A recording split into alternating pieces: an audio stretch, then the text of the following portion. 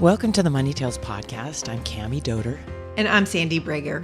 Money and sex, two of the hardest topics to talk about, and yet the ones that touch every relationship.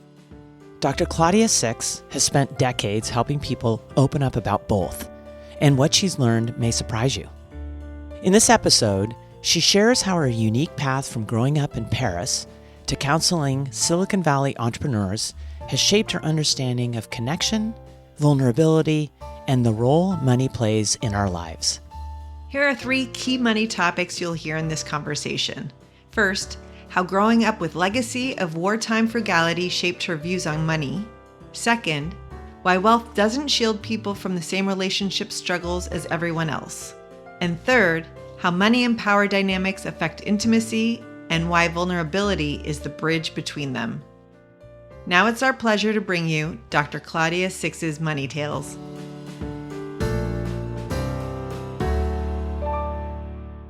Welcome, Dr. Claudia Six, to the Money Tales podcast. We're so glad you're here. Thank you for having me.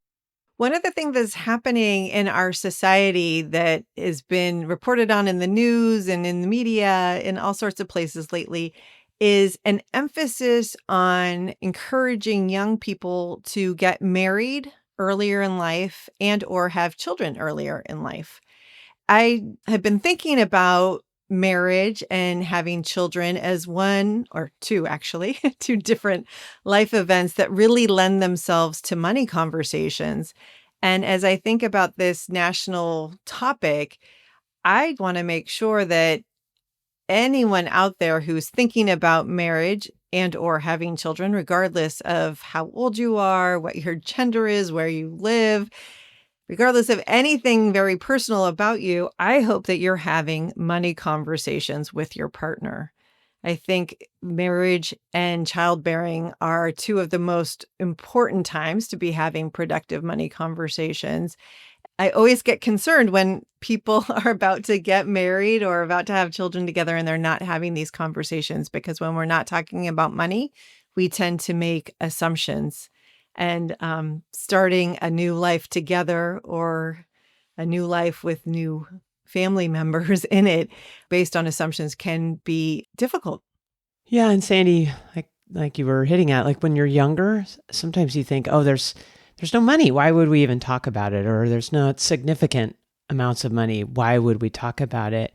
But I think it's so important, even if it's talking about what you have and your hopes and dreams and setting up the habits around having these conversations so that when the big conversations come up, you're prepared.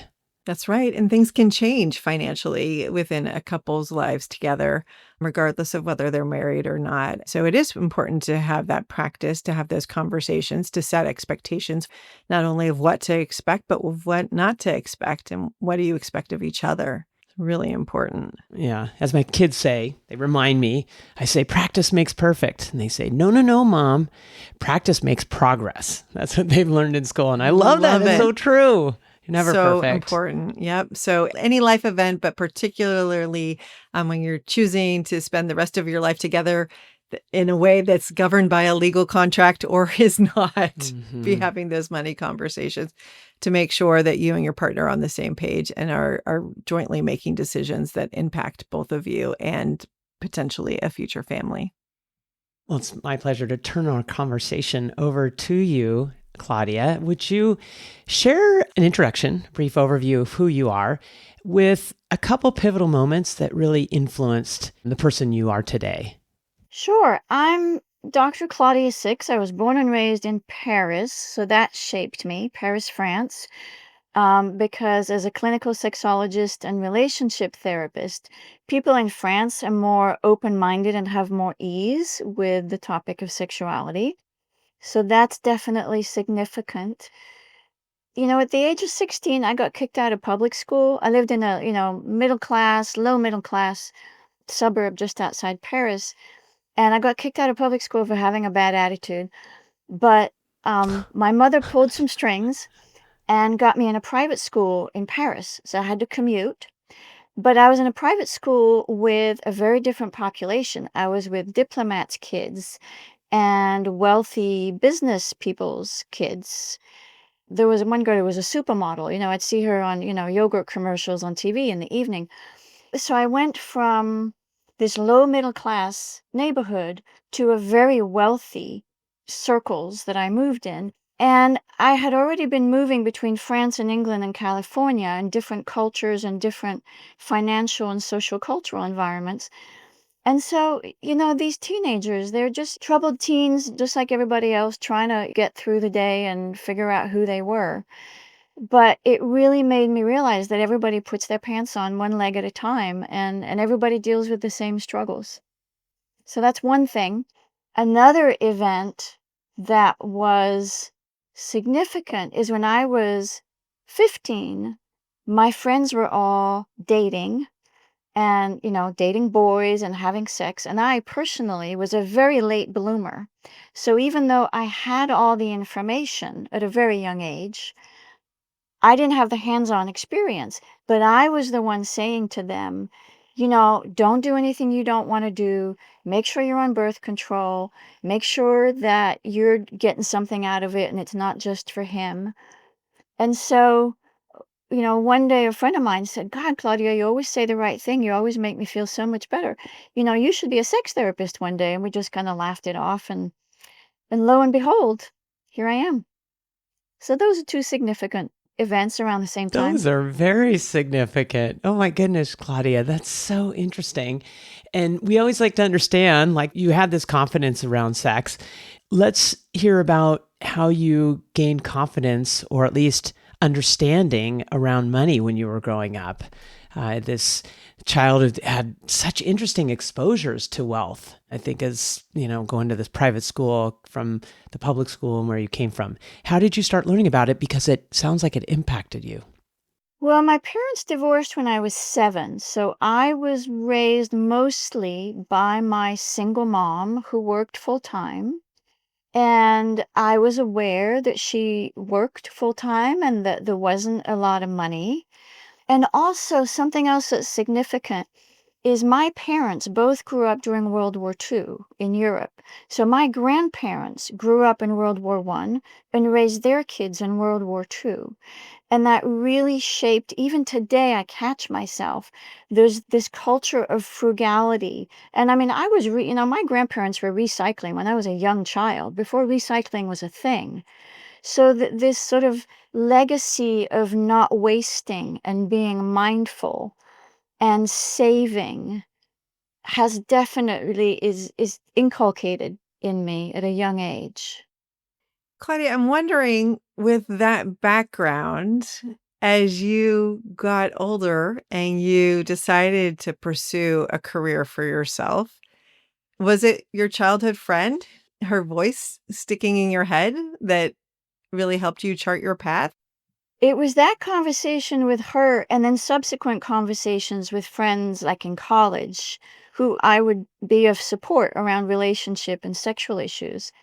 And I just kept getting that affirmation that, that I was so helpful. And it was very easy for me to talk about. And I've always noticed sexuality in the world. I always say, shoe salesmen probably notice people's shoes and hairstylists probably notice people's hair.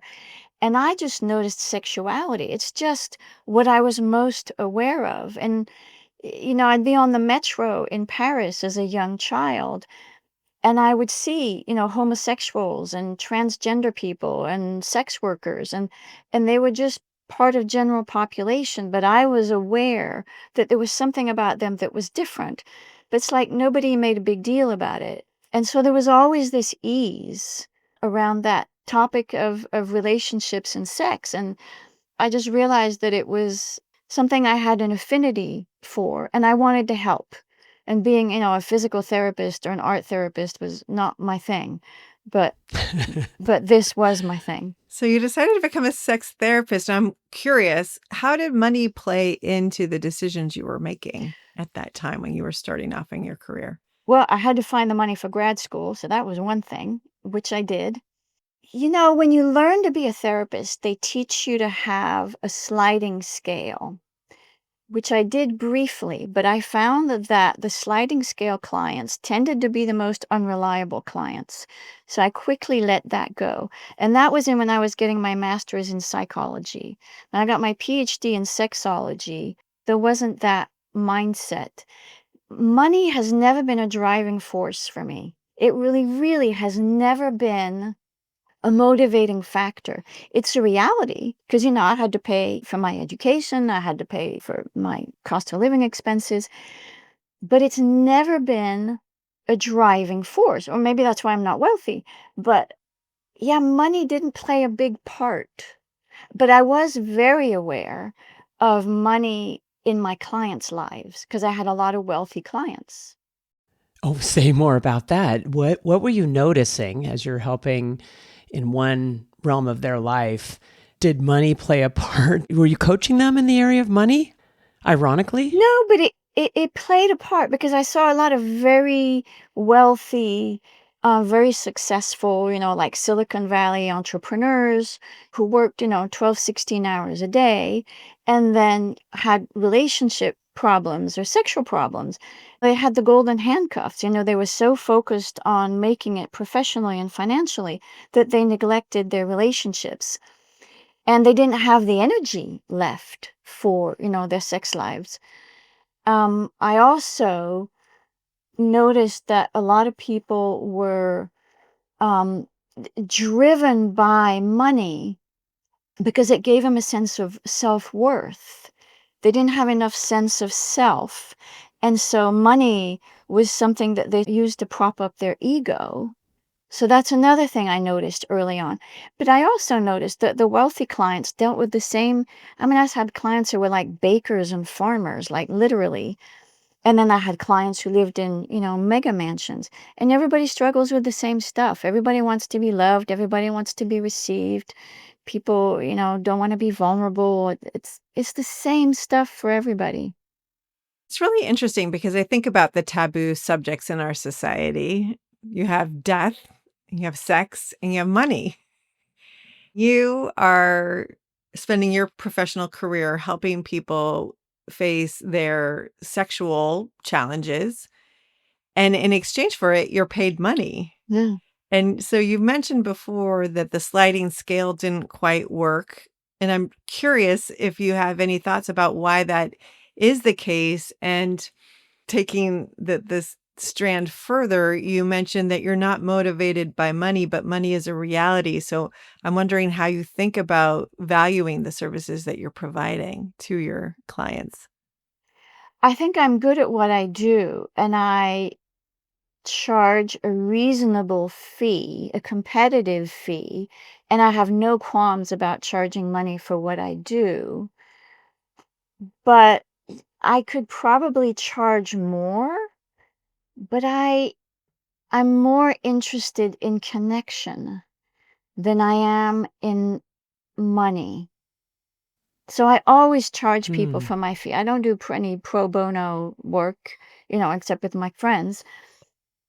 But it's just not a driving force. And I think that there are a lot of professions where there's a lot more room for money to be a driving force. I think as a therapist, if you have money as more of a driving force, I think you lose some of the gift. I think you lose some of your intuition, some of the subtleties of the craft is my belief. If money's central to Yeah. your relationship with your clients. Yeah, you can't be booking a client thinking, "Oh, great, I'm gonna make another, $500 or whatever." Right. There shouldn't be room for that thought. At least in my mind, there's no room for that thought. It's more like, how can I serve? Claudia, Sandy brought up the taboos. Yes. She referenced death, sex, and money.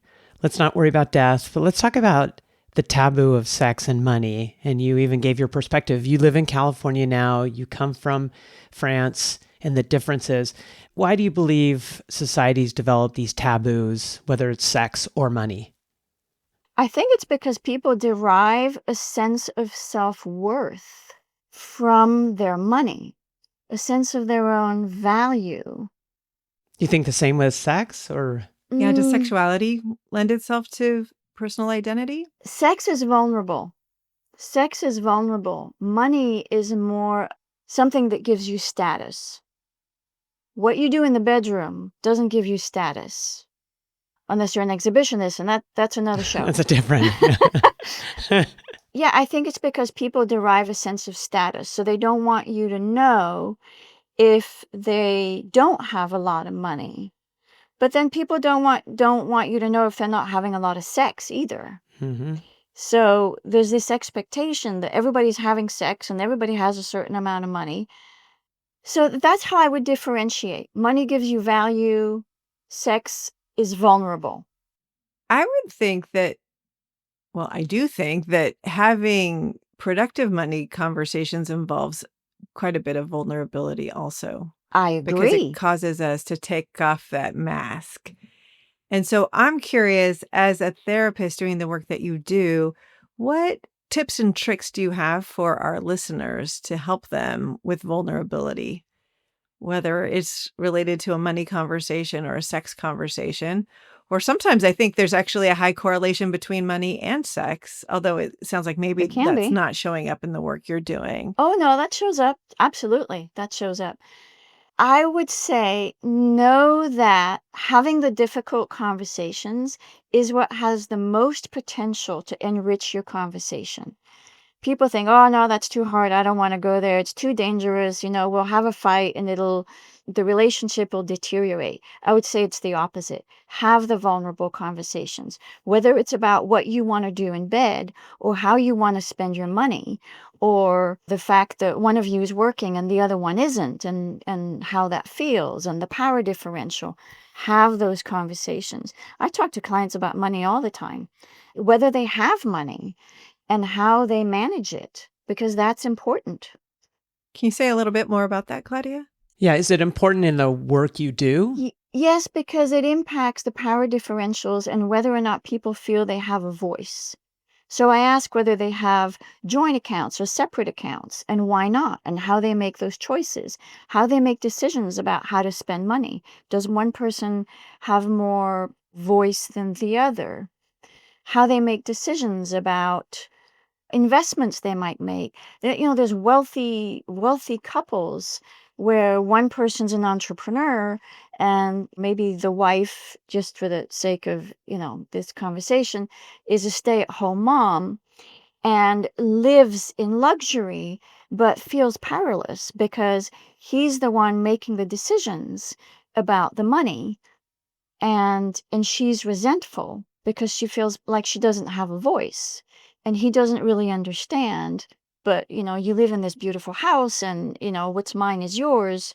I can think of one couple in particular where she can get quite angry and upset about it because it's a long-standing pattern.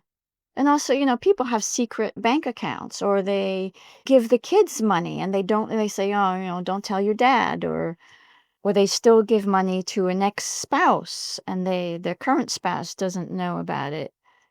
Yeah, money's really loaded, so to speak. I appreciate you bringing up all these different ways that people associate money and the creation of money with power. Oh, That's yeah. all over our society for sure.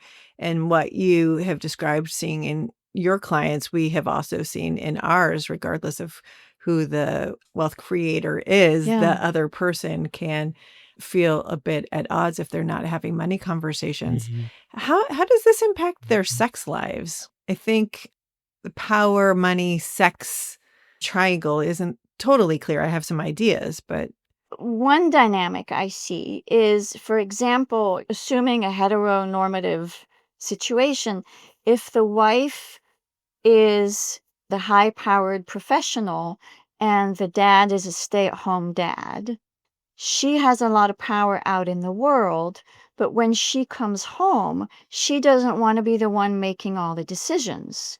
She wants to let her hair down. However, because she's making all the money, he might feel disempowered. And so he might become quietly resentful and quietly pull back and lose interest in sex. And she's like, but I bring home the bacon and I do all this. and then I come home and you won't make love to me. And he's like, well, I'm up to my neck in diapers and I'm packing lunch boxes and you haven't asked me about my day. And I was going to yoga with all the moms and, I just, I feel like I don't have a voice. I don't have a life. And I resent that you're out there having a life. And then the guy feels disempowered and loses his mojo. That's one. Another thing, I belong to a fancy gym, and I see a lot of women at the gym who spend a lot of time there. And I can tell a lot of money has been spent on, let's say, physical enhancements. And there may be physical enhancements that I can't see, like, vaginal rejuvenation and all this, which I would assume is probably happening too. And they exercise a lot and they have the latest fashionable exercise wear. And because I have some of them as clients, I see some of my clients at the gym, that they feel that what they bring to the table is their appearance. And they're also trying to sort of earn their keep by maintaining a certain physical status to stay in the lifestyle that they're accustomed to. Their partner goes out and makes the money, and their job is to look good and make sure nothing falls down and everything stays looking good. And you just know by looking at them. But that's how they get their sense of self-worth, is from how they look and what they bring to the bedroom. Because what they bring to the bedroom is a good-looking body. I don't mean to be disparaging in any way, but that is a dynamic that I do see quite a bit also. It's so interesting because it feels like, again, similar to money conversations, that a lot of this is about being vulnerable, sharing where maybe you are feeling lacking or, what you are bringing. If you think it's value, I think having conversations is so important. I'm curious in your work, I'm curious if you've seen changes over the years that are more cultural, impacted by other things, from working with clients whenever you started in the business to where you are today, same type of clients. What's changing? And do you think that's anything that might be seen in other aspects like money and other parts of life? Well, social media and COVID shifted things a little bit. Oh, only a little bit? I would think social media, COVID, and the access to porn. Yeah. Well, access to porn's been, it's been there for years. But I think that with COVID, it's more prevalent that people isolate, that people do their own thing and they're on their own social media doing their own thing. And I think there are more opportunities to isolate. It's become more acceptable to isolate. When you're isolated, you're not talking, you're not connecting. Yeah, you're not Yeah. talking. You see, it's parallel play. The kids in the sandbox, they're both in the sandbox playing, but they're not playing with each other. So there's that. And, porn is designed for masturbation, and it's not designed to teach people relationship skills or even sexual skills. But people can get a distorted view of how sex is supposed to be. And, somebody said you don't learn how to have sex by watching porn, just like you don't learn how to drive by watching car chase scenes in movies. It's just not realistic. It's entertainment. But overall, I gotta say, I've been doing this 35 years. It's not that different. It's like people are vulnerable. People want to be received. People want to be loved. People don't want to be rejected. And then the dating apps are just horrible because it's just about data. There's no contact. And it's so easy to move on to the next shiny thing. And there's no follow through, there's no accountability. So I would say that's different. But even in the dating apps, people just want to be loved. People just want to be accepted and received and known. And people are afraid to be vulnerable. A lot of what I do is teach them the payoff of being vulnerable. This is worth being vulnerable. This is what you can gain. People always say, what do I do? What do I do, doc? And I always tell them, it's not what you do, it's how you be. It's about how you show up in the world. One of my taglines is never about sex. It's about how you show up in the world. That's a reflection of who you are as a whole being, whether it's around money or around sex or anything. Sex doesn't operate in a vacuum. It's all the picture of who somebody is. When I'm talking to clients, I'm talking to the whole picture of who they are. Oh, it's beautiful. I think that's so important to bring up, and I'm really glad that you did, because oftentimes when we talk about money, we're not talking about money. Money is just paper and coins or an electronic number on a screen.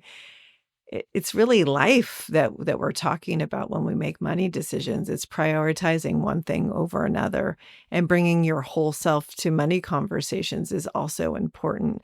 I love this weaving together of money and sex and how it relates, and I think it's really cool that you're asking your clients about their financial lives to see how this all relates together.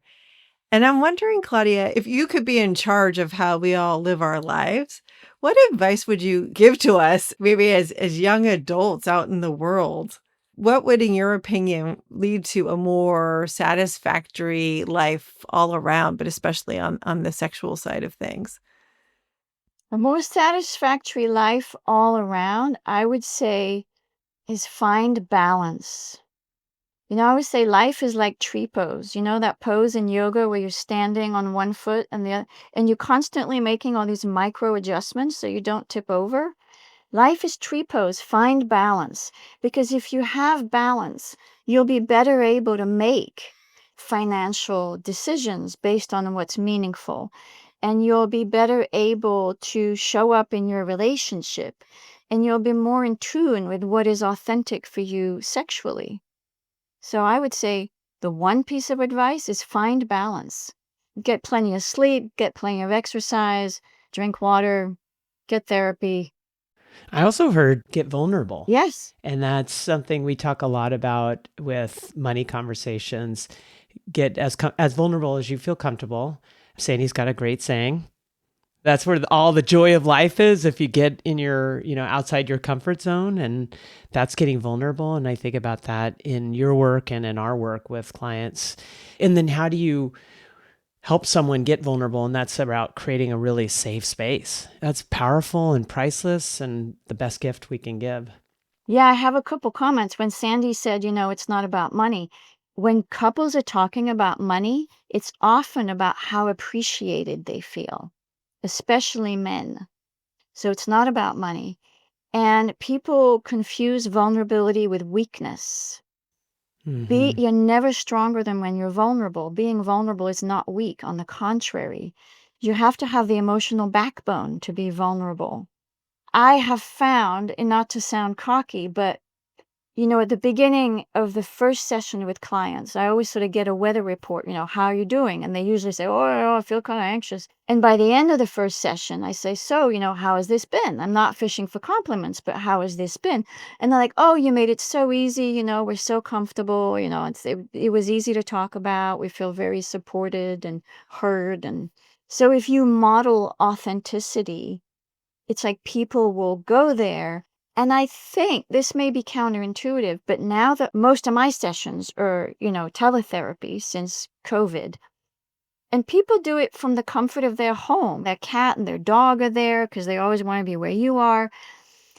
And people feel more apt to be vulnerable in the comfort of their own home. So that's one thing I've noticed that's different in recent years. If you model authenticity and presence and emotional attunement, just like in sex, people will be vulnerable and people will go there. Dr. Claudia, what's your next money conversation going to be, and who's it going to be with? I think it's going to be with my son, who's about to turn 9. There's that classic experiment where you put a child in a room and you give him like I don't know, a cookie or a piece of candy, and you say, okay, now hold off, don't eat it right away. And if you wait, you'll get a second cookie or candy or whatever it is. And the experiment is, how many of the kids are going to go for instant gratification and eat the candy right away? That's my kid. He's going to go for the candy right away. So I'm waiting for the right time to give him an allowance. Because when I was 9 years old, I had a bank account. I remember going to the bank. I had a savings account.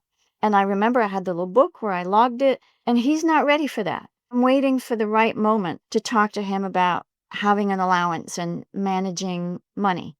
Claudia, that's such an important conversation. I love that story.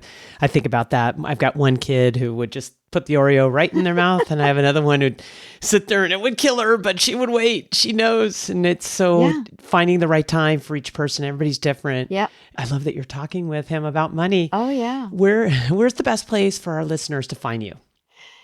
Dr6.net, DRSIX.net is my website. I'm on Facebook. I'm on Instagram. I think there I'm on Claudia Six, PhD. I'm on Substack. I'm everywhere. But if you go to my website, you'll find everything. Thank you for joining us on the Money Tales podcast. My pleasure. Thanks for having me. Thanks for listening to the Money Tales podcast. If you've enjoyed this episode, share it with someone you think would benefit from listening, and leave us a review on your favorite podcasting platform. Your ratings and reviews help more people find our podcast. If you're inspired to gain clarity and peace of mind about financial matters, don't hesitate to reach out to our team at Aspirient. Go to aspirient.com/start a dialogue. Or you can email Sandy and me at podcasts@aspirient.com. See you next time.